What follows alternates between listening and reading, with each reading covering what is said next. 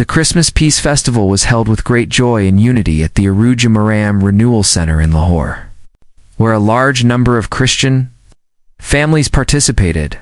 The festival was organized under the special leadership of William Shahzad, chairman of the Pakistan Christian Association USA, in collaboration with the Council of Pak-US Relations, oversees Pakistanis Global Foundation, Waris Foundation, and Rehaai Network. The chief guest of the event was Shaheen, chairman of the Council of Pak-US Relations, who shared a heartfelt message of peace, love, and unity on the blessed occasion of Christmas.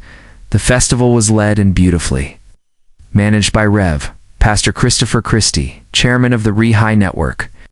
His outstanding coordination and dedication made this event an impressive and well-organized celebration during this heartwarming festival.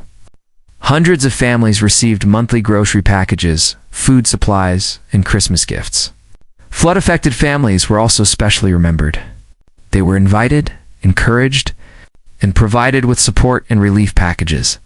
The purpose of the festival was to spread the true joy of Christmas, extend help to those in need, and strengthen the message of peace, harmony, and Christian fellowship within the community.